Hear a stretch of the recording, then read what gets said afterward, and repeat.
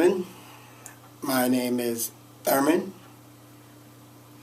I'd like to welcome everyone to tonight's program. And the name of this program, if you don't know, is called People Are Normal. Yes, people are normal. And we're going to talk about that because I think a lot of people are wondering, what am I talking about? People are normal in today's world. Well, we're going to find out. And maybe I can find out myself. Like I said, for any newcomers to our program show, my name is Thurman Alden Brunson. And we've been doing videos for quite some time now.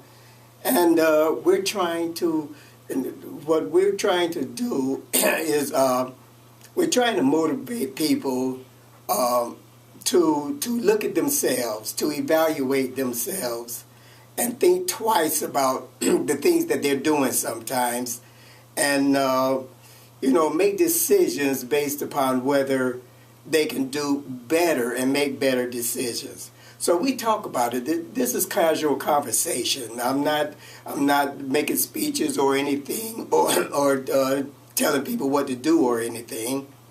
But we can enjoy conversations and getting to know each other, and I think that's what's very important.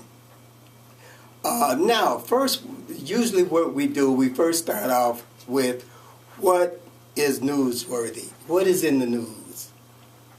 Well, there's a lot in the news, but one thing particularly that that really, really brought back some memories, some good memories, and that's Mr. Nimoy, Leonard Nimoy, better known, everybody know him as Spock, passed away recently, and and I'm quite sure every Star Trekkers and everybody, I'm quite sure, is very moved about his passing. Now, I've been a Star Trek fan for many years. Matter of fact, when I was only about 8 or 9 years old, I looked up at the stars. And I said to myself, I wondered about the stars. I said, that's a long ways up there. So where we were living, there was a pickle factory behind our house in the backyard. We had grapes, pear trees, apple trees, stuff like that. And there was a big barrel, where they put pickles in, the big barrels and stuff. Well, I took the barrel and I nailed it to a 2x4, put some skates on it, and there was they had cannonballs back there. So I thought about it. I said, wow, well, maybe if I can figure out a way like they do with cannons, maybe I could fly to the moon or something, Well, as you know, everybody, I'm quite sure they know it didn't work. So I forgot about that idea after a while. But like I said, I've been really, really interested in space activity, and what's going on in space. And Star Trek sort of stimulated my imagination about space and about what is possible within our human strata. When we look at history and we look at ourselves and we see that we really came from primitive social stimulations and motivations, where we developed to what we are today. And a lot of it has got to do with space, the magnetism of space, because the magnetism is evident because of airplanes, satellites, space station, and so forth. Matter of fact, they said Anybody? I'm quite sure anybody heard about that Rosetta um, spacecraft that caught up with a comet, asteroid, and I mean, what was this? 500 million miles in space. Caught up with it, landed something, a camera on it, to take pictures. Now, these are things that's happening. These are things that's going on, and we are servants to it. We serve such knowledge. That knowledge is far greater than you or I. Believe that. It goes on by saying all we do is give it water like a plant. Give it water, sunlight, love and care, and it seems to grow. Excuse me. So Leonard Nimoy was very special to me because he represented something that I cared for and I was very interested in. And that is space travel. Now there's a lot, I know a lot of people out there, it's a downer, I know, because there are things that we have to do. In my opinion, there are things that we have to do on Earth in order to continue ourselves safely, so to speak. Now, I'm not gonna start talking negative about it, because no matter what you do, every day you live, there's going to be negativism, because you have to survive. You know, that's all about. You have to deal with the demands of life. There are demands in space, very demanding, that we have to deal with, you know, as human beings, not as just knowledgeable people or intelligent people, but we have to deal with those things as human beings. We have to put human being being the first criteria for doing the things that we do. So I like to say to Leonard Nimoy, how he does that, you know, be well. And I'm quite sure if there is any truth to what we're talking about or what we're trying to achieve, I'm quite sure Leonard is going to be a very important character in the future of our continual human development. Okay, now, tonight we're going to talk about reputation. Reputation. Everybody's got a reputation. The knowledge and opinions that others share about you. Everyone has a number or many people that have opinions about them. And they share their opinions with other people. So you become a character, not only from what you think about yourself, but what others think about you. You might think that you got it going on or something. Others might not, because they have reasons. Everybody is opinionated. Everybody have their reason for their opinions about other people. Let's ask ourselves, what are the conditions for a compatible relationship and reputation?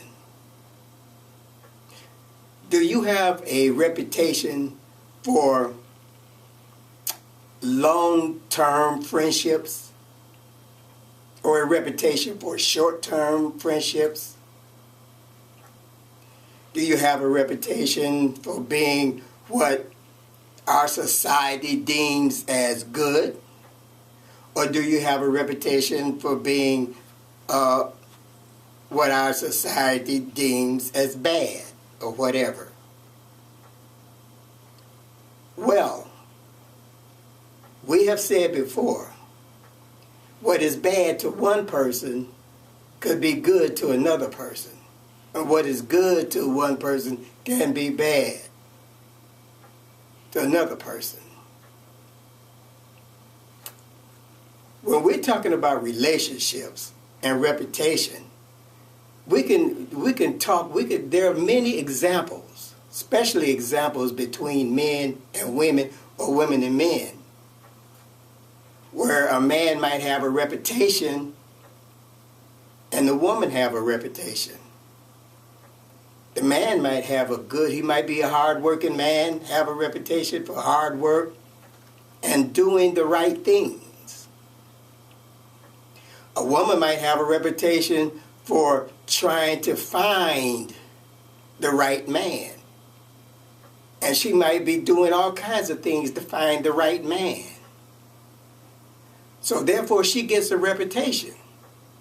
But maybe she's not really like that. Maybe she's just trying to find a fella. And the guy is trying to find somebody. Usually, as a rule, a woman is going to seek a man who can provide. As a rule. Because men are usually the breadwinners, the ones with the money. But nowadays, women are making a lot of money. They have jobs. Women have professions now. They're very active now. They're very energetic in their social strata, especially with the internet now and so forth. They are really, really energetic. And they are making themselves visible on a much higher order than which they were. And men have to realize that and realize how to make those adjustments and deal with the women becoming more visible in our very intimate social activities, as far as our minds concerned and everything else. Personal relationships between a man and a woman. To be compatible, first you have to deal with truth. The truth about you and the truth about the woman. If you're going to meet a woman or anyone else, the truth. Are you going to tell them the truth about yourself? Are they going to tell you the truth about them? So if a relationship starts out untruthful, then what's going to happen to that relationship? Most likely, 9 times out of 10, that relationship is going to fail somewhere along the line. It's not going to work out because the truth has its way of coming to light and making itself known. Okay, in a personal relationship, there must be honesty. You must be honest about your relationship, about your feelings for someone else. Someone else might not be what you want, but you feel that you have to be dishonest with them to satisfy yourself with something about them. You know, there are women that some men desire and other men don't, and there are reasons why. You have to be honest about that relationship. You got to be honest about who you are. You got to be honest about what you believe. If you believe a certain thing that history has taught us and our forefathers had taught us, if you believe those things, you have to be honest about it. A lot of people say, well, I believe something, but I'm going along with the crowd, what others think, you know. And I have to go along with what others think. But then you have to look at your personal knowledge about things.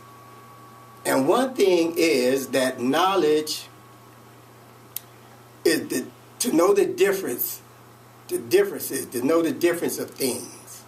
And knowledge creates emotions. If you know the difference between 2 things, 3 things, 4 things, 5 things, 6 things, or 7 things, 8 or 9, 10 things, you're gonna have that many emotions about something. You might like this, you might not like that. Or maybe so, maybe not. You know? So you're gonna have emotions about what your opinion about things are. It can be furniture for the house. It can be jobs and so forth. You might say, I don't want to mop floors, or I don't want to wash dishes. You might say that. But that is an emotion. I don't want an emotion. Then you might like to be a basketball player instead. That's an emotion. I want to emotion. So those are 2 feelings, 2 different feelings. And from those feelings, those emotions, we get belief. Because belief is a feeling. We believe something, we believe it because usually we feel, or we can, 2 things, we can go with the crowd because somebody else believes it. But then most of the time we believe it because we really feel that way. Or we wouldn't believe it, we believe something else. But because of that, we feel a certain way. So beliefs are feelings. And we have feelings about each other because we believe things about each other. In today's world, you believe something about the people in our world today. I believe something about them. You know, I've been very observant about people. And I've noticed that people do not conduct themselves as far as attitude and far as their how they project themselves or how they interact. Years ago, it was different. Years ago, you could almost, people was predictable. You could almost predict what people would do because everybody was doing common sense things. There was nothing different. Everybody was doing common sense things. Now, things are not so common sense. And people are confused about it.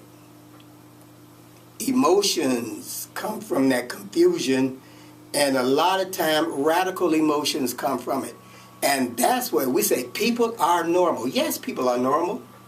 People have always been radical. You have always had radical groups ever since the beginning of mankind.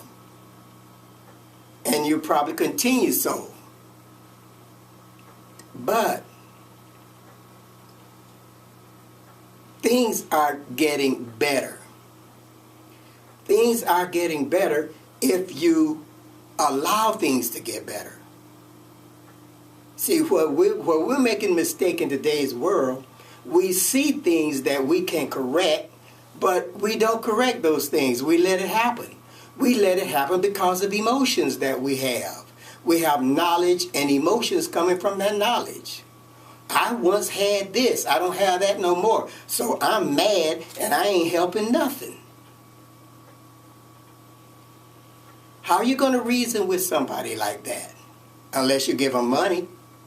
That seems to be the, you know, the top shelf stuff. Then they'll do, you know, whatever you want to do, whatever you want them to do most of the time. Okay, how about business relationships and reputation? Personally, I got a good business relationship and a good business reputation. First the reputation, then the relationships, or vice versa.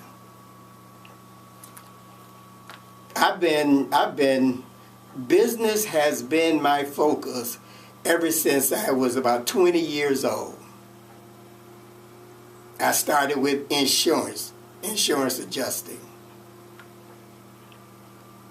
I wanted to be a lawyer, and I'm honest about that. Honesty. I wanted to be a lawyer because something within me desired it. So I was honest about what I was saying. Business honesty. When you're dealing with other people in business, especially in business, you want to deal with people that are truthful in their services to you or how they deal with you, and honest about their relationship with you. You know, oh, if I'm a businessman and I deal with you just because I want to make some money, then that's not very honest. I'm not being very honest with you. Although that's the way it might seem, but I'm not being honest with you. If I want to be honest with you, I'm going to deal with you because I like dealing with you. Because you're a person. I like dealing with the relationship. I like the feeling of dealing with you. I like the emotions derived from dealing with you. Therefore, I am honest with you. Then in business. In professionals too, like that's integrity. You got to have that kind of integrity. You got to be truthful and honest. You got to have that kind of integrity. Now, in the political world, we call the world of fairness. How we, politics. One of the definitions of politics, how we characterize our future. Characterization of our future. What type of character do the people that we elect to manage our social affairs, you know, what kind of characters are they?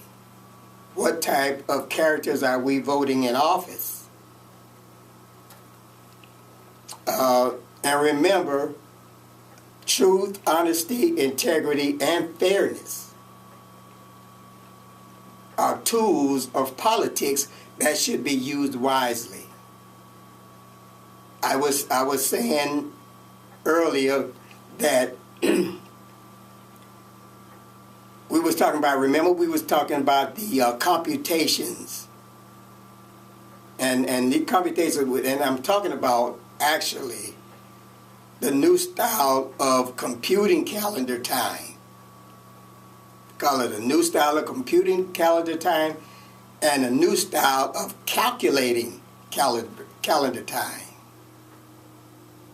Politics are very involved in it because it is on public record. Not just today, but ever since King Gregory. And it's been adjusted ever since. And now we got a new adjustment. And that's what I talk about most of the time, that alphabet calendar and how it's influencing us, how it's influencing politics, business, professions, and personal relationships. Now, a lot of people frown on it and say, well, see, the alpha calendar and the numerical calendar, I mean, it's two different things. The numerical calendar is common sense. Like I said before, we all do a common thing. We all do the same thing, just about. You know, working, buying, whatever got to do. Everybody usually doing the same thing. Whereas nowadays, people are thinking differently. They're thinking differently, which makes them conduct themselves differently. And when I say conduct themselves, I'm talking about the laws and regulations of our society. They're conducting themselves differently. They're legislating things. They're doing things. Why they're doing these things, anybody guess? I don't know. But I'm quite sure they have their reasons. But what we have to look at is the computation of things, like we were saying before, like I was telling you about the 2 times 2 things. Common sense. It's about history's visual field, like I said, things that happened before I was born, long before I was born, that formed our society. George Washington, and Abraham Lincoln, and all these things that developed our society, their decisions, their judgments, and so forth, developed our social society to what it is today. So that computation, 2 times 2, is framework, a solid framework that we conduct ourselves, we conduct our society accordingly. Now, when that add value, which is that alphabet calendar, and remember, like I said, the numerical calendar is the 2 times 2, and the alphabet calendar is the 2 plus 2 add value. And this is what the dispute is about. Is it already there? Why is it being revealed if it's already there? There is a reason. I don't know what the real reason is, but I do know, in my own opinion, certain things are happening.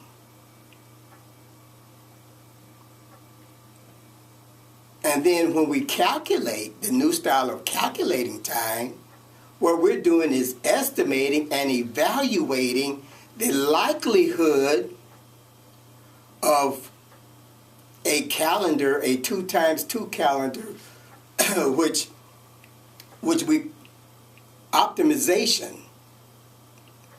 In other words, the 2 times 2 or numerical calendar, and what we're doing now is supposed to develop to the ultimate society, almost perfection. That's called optimization.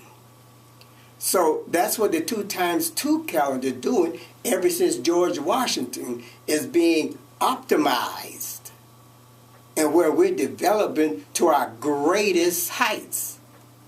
But then you have the new style of calculating time,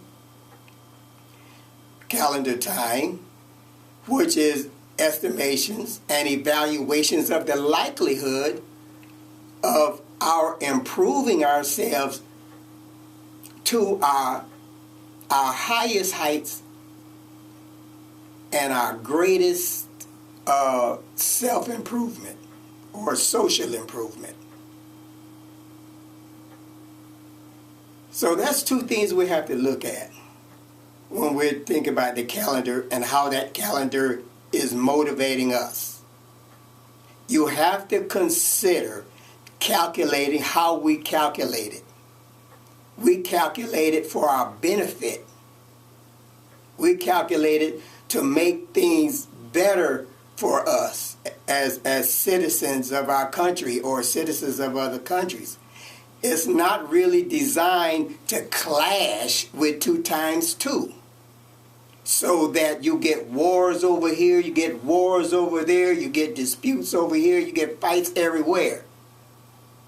And people doing all kind of silly things. And which make us question ourselves, are people normal? How many people you know normal? You know anybody that's normal? You know anybody that's normal? Yet people are normal. Now, remember, your reputation influences others. What you want to do, you want to create a reputation for yourself that others look at and say, hey, I would like to be like that person, or I would like to know that person, or I would like that person to influence me or to help me. You see? So remember that you're not alone in this world. Nobody is alone. You know? And within, deep within, everybody wants friends. Everybody want to get along with each other. Everybody want to be happy. So sometimes we gotta evaluate ourselves, and we have to look at things and say, how can we achieve this? Rather than what we believe and trying to hold on to primitive beliefs that has no place in today's society. Nature is going to take its course. Remember that. The things that's happening in today's society, if it's nature's taking its course, then we can only be humble and live by it and try to do the best we can. But if you're contributing to it, if you're playing God and contributing to it, then who are you to contribute to it? Who are you to say that something must happen to that person or something must happen to that person? You're not nature. Why not let nature do it? Why do we have to commit ourselves to something that might not agree with our consciousness as human beings? You see?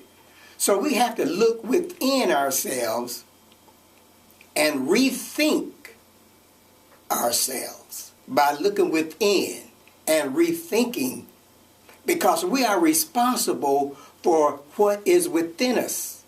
We're responsible for what that human spirit becomes.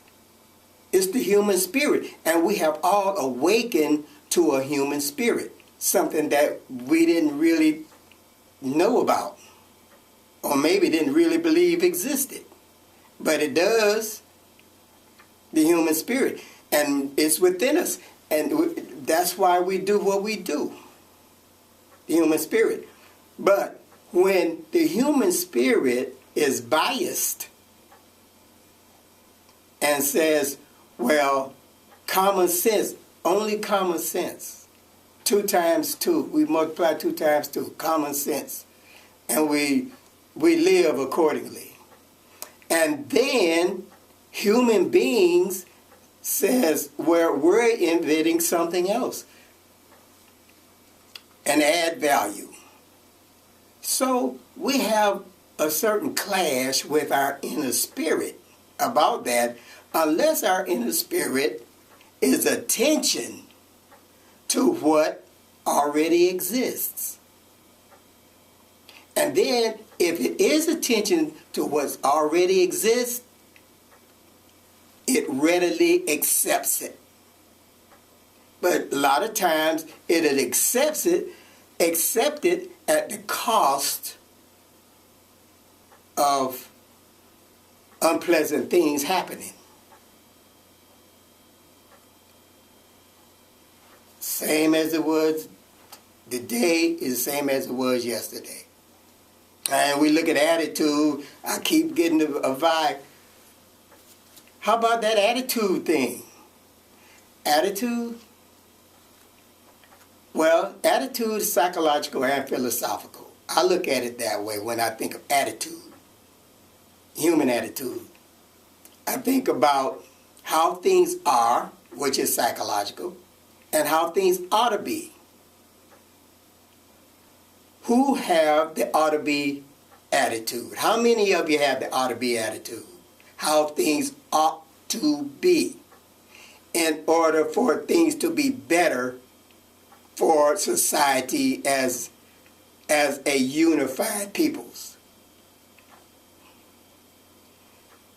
And then how many people are how things are people. Well, it's the how things are people that sometimes we have to deal with in a very special way, because that's the way things are. There are criminals. That's the way things are. There are bad things happening. That's the way things are. So they accept that as the norm. Bad things happening. They accept those kind of people, accept those. And most of the time they live within that particular strata of our society. And they're gonna do those type of things.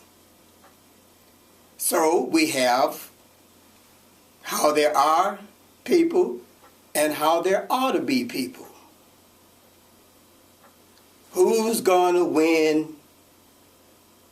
Who's going to have the greatest influence in characterizing our future? That's what politics is about, people. So this is Thurman saying good night. I hope you enjoyed our show tonight. And we'll talk to you again. And peace out. Thank you.